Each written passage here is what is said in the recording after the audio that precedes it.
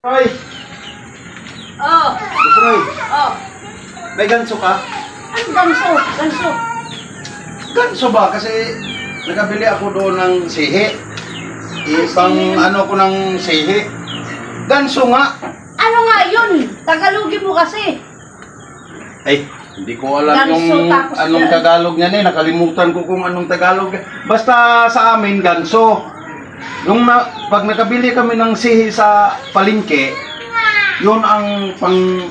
Ano nga yung sihi rin? Ganso sa kasi ano yun? Sihi, masarap yan. Sihi, hindi mo alam Sihi. yan. Ano, hindi ko nga alam.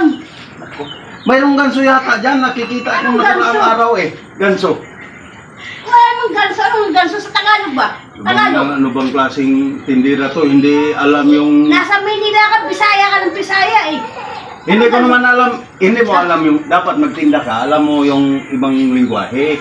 Para yung customer mo, makabili sa'yo. Anong ganso dyan? Ano saan ganso rito?